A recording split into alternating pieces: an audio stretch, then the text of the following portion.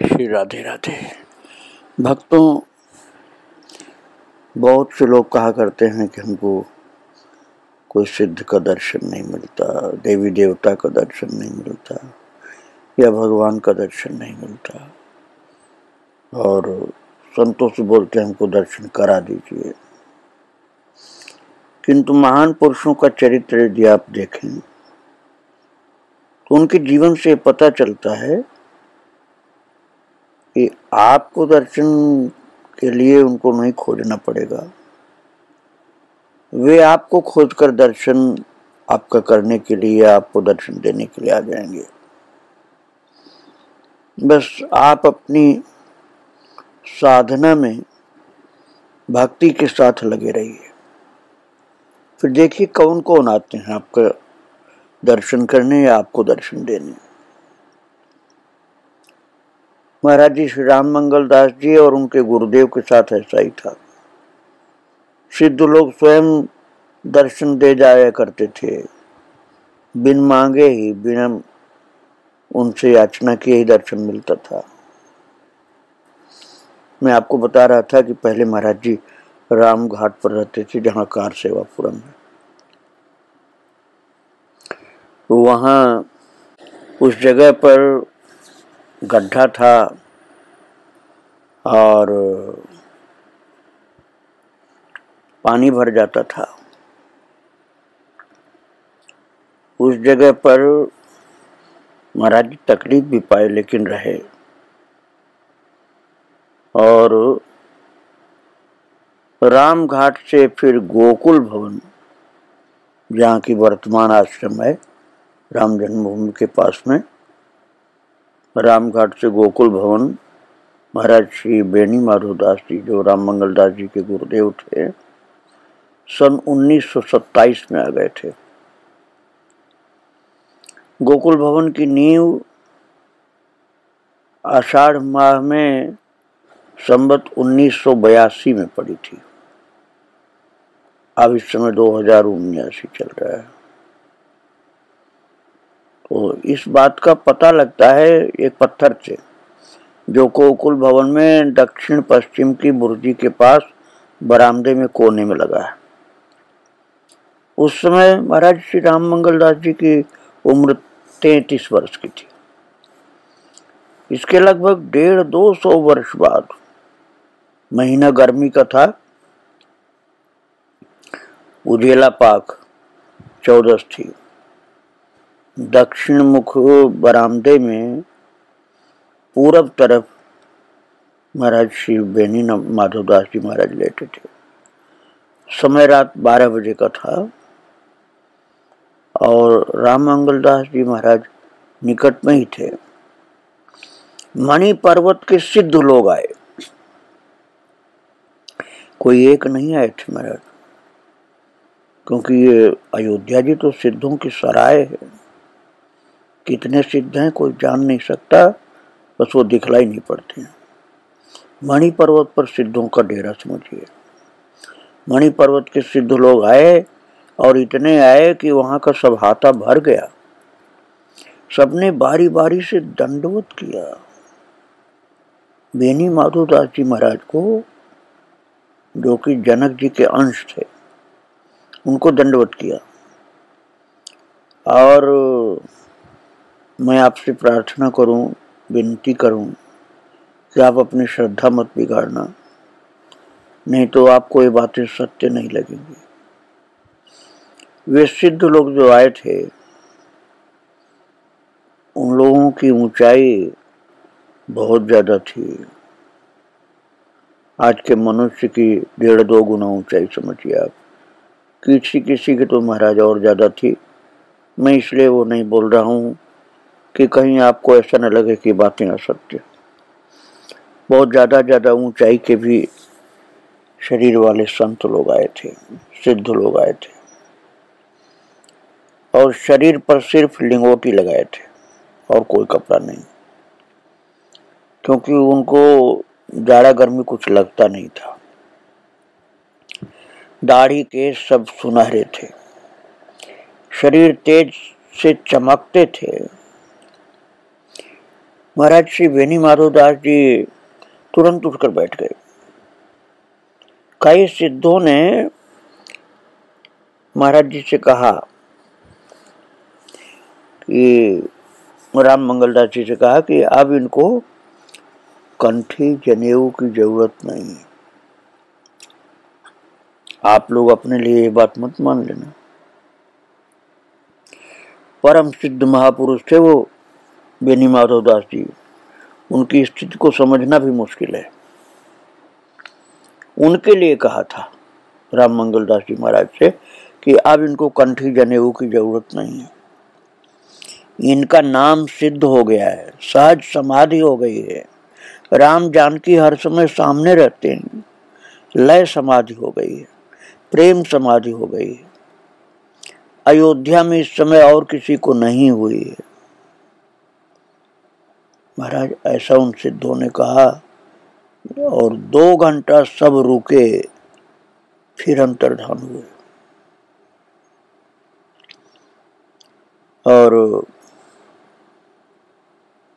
सवेरे महाराज जी जो बेनी माधवदास जी महाराज थे,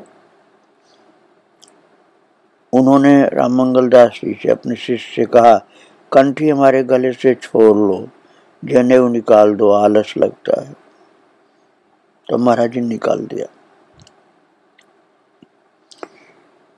तो राम मंगलदास जी महाराज ने अपने गुरुदेव से पूछा कि जो महाराज जी सिद्ध लोग आए थे, ये लोग कुछ खाते पीते हैं? तो बड़े लंबे लंबे थे लोग।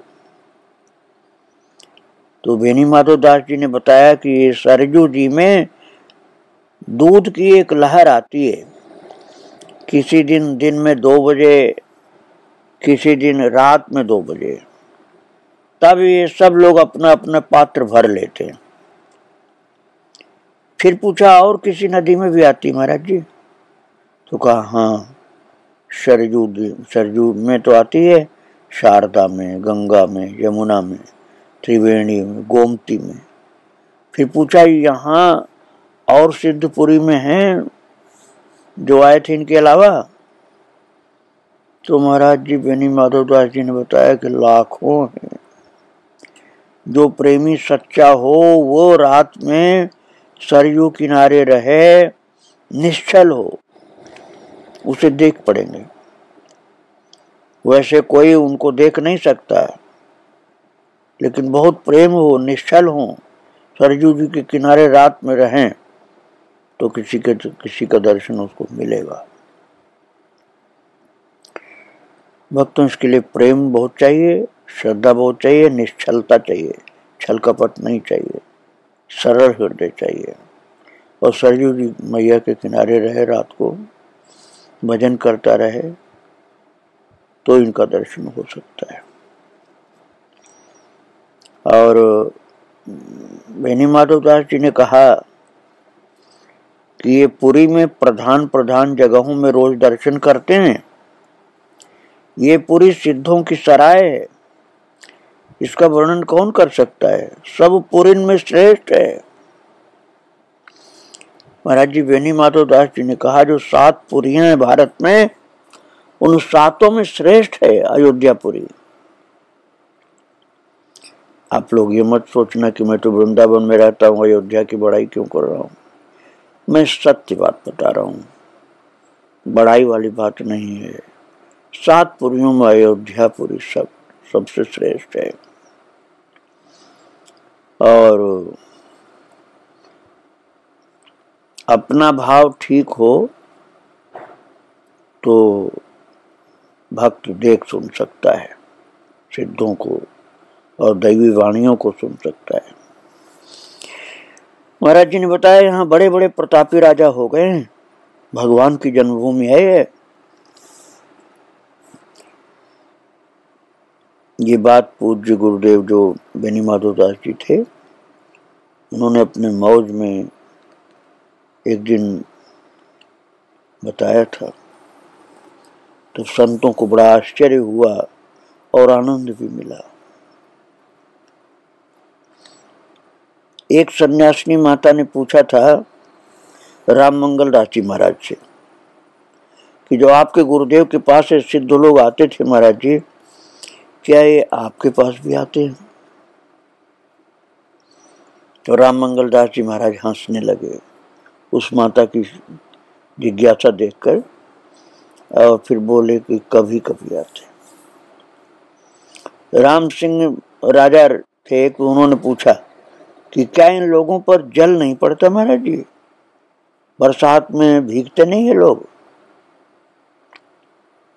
तो श्री राम मंगल दास जी महाराज जी ने कहा, इन पर जल नहीं पड़ता है, न घाम लगता है, धूप नहीं लगती, जाड़ा नहीं लगता, इनके ऊपर भगवान के नाम की छाया रहती है।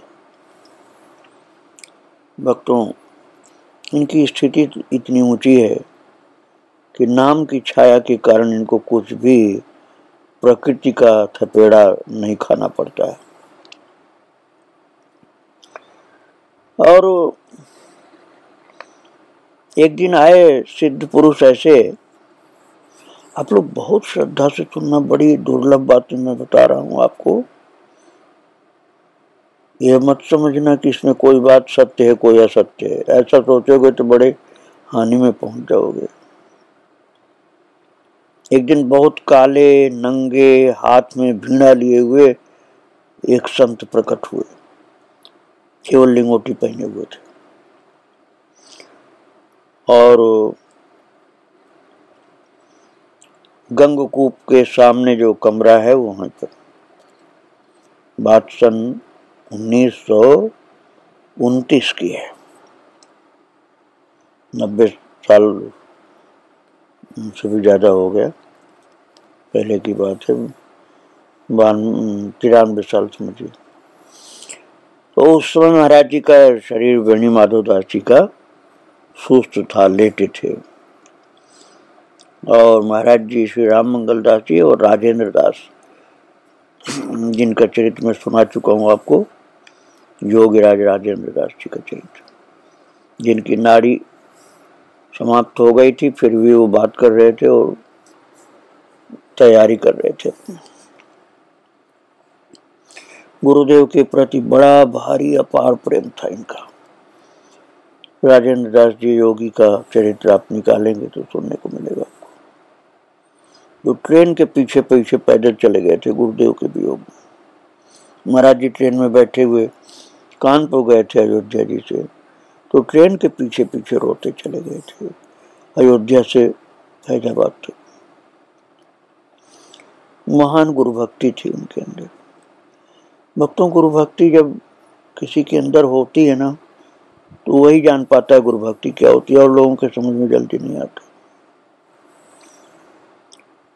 तो उस समय की बात है, संत एक प्रकट हुए थे, जिनके दाढ़ी केस थे, हाथ में वीणा थी, और बहुत संभाल करके श्रद्धा अपनी सुनना भक्तों।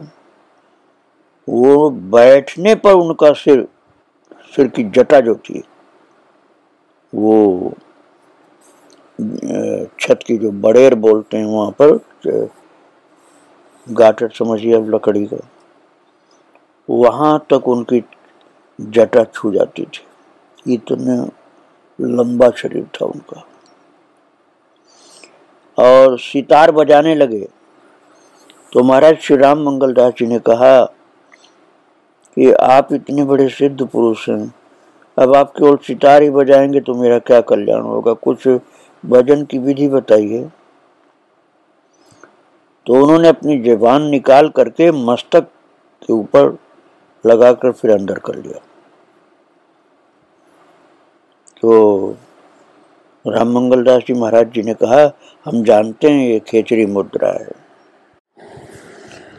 महाराज जी श्री राम मंगल दास जी बोले कि इसको खोपड़ी के अंदर बीच में जो छेद होता है वहां जीभ को सटा लेने से अमृत जो गगन से टपकता है वो रसना में आता है, उससे आयु बढ़ती है। 1 दिन की समाधि से 10 दिन की आयु बढ़ जाती है। श्वासा 21,600 रोज नासिका से निकलते हैं। इसी तरह से धीरे धीरे बढ़ाते बढ़ाते योगी अजर अमर हो जाते हैं। तो फिर बोले कि जब तरह तरह के बाजे अंदर बजते हैं तो इसको रखने की क्या आवश्यकता है। ये तो आपको करना कोई जरूरी नहीं महाराज जी। हमको तो बहुत से संत मिले हैं, सिद्ध योगी लोग मिले हैं, उन लोगों को मैंने देखा है, दर्शन किया प्रभु की कृपा से। आपके ही हाथ में मैंने सितार देखा है। नारद जी तो देवर्षि हैं, उनके वीणा तो रहती है। आपके हाथ में देखकर आश्चर्य हुआ, इसलिए मैंने पूछा। तो ये हंसने लगे, बोले कि ये अलग अलग संतों को भगवान ने अलग अलग सेवा दी है। तो बात हुई सिद्धों के साथ महाराज जी की इस प्रकार से, और ये बताया कि ये सब भगवान की अलग अलग शक्तियां हैं, अलग अलग प्रकार से ये संसार में जीवों का कल्याण करती रहती हैं। जो कोई भक्त होता उसी को दर्शन देते हैं। और जो समाधि जड़ समाधि होती है उससे कोई लाभ नहीं होता। सांसारिक लाभ हो सकता है, लेकिन प्रेम की समाधि से वास्तविक लाभ होता है, अर्थात भगवान की भक्ति प्राप्त होती है। इसलिए प्रेम योगी होना चाहिए, जड़ समाधि वाला योगी नहीं होना चाहिए। नहीं तो उससे फिर संसार में ही उसको रहना पड़ता है और संसार की कामनाओं से मुक्ति नहीं मिलती है।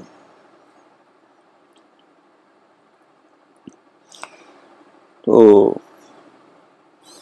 एक योगी और आए हुए थे महाराज जी का दर्शन करने, फिर उनका भी दर्शन प्राप्त हुआ। भक्तों, कितने कितने सिद्ध हैं अयोध्या में, कोई बता नहीं सकता है। महाराज जी राम मंगल दास जी के पास तो हर मजहब के लोग आते थे, हर मजहब के सिद्ध लोग आते थे। और संसार के साधारण लोग तो उनको समझ ही नहीं सकते हैं। हर मजहब के आदमी आते थे और मजार वाले भी आते थे और महाराज जी के चरणों में गिरते थे और महाराज जी उनके ऊपर भी कृपा करते थे। भक्तों, गोकुल भवन में एक सुरंग है नीचे जमीन के अंदर। तो ऊर्ध्ववीर्य था वेणी माधव दास जी महाराज का, बहुत गर्मी रहती शरीर में, इसलिए उस सुरंग में नीचे रहते थे। और राम मंगल दास जी महाराज हाथ में पंखा लेकर के हवा करते थे। स्नान सरयू जी में करते थे और महाराज जी की सेवा में लगे रहते थे। परोपकार की सीमा थी। कोई भी गरीब दुखी आ जाए उसके लिए सब व्यवस्था करते थे, खाने पीने का, कपड़ा का। और ये जो वहां रहना चाहे तो वो रख लेते थे।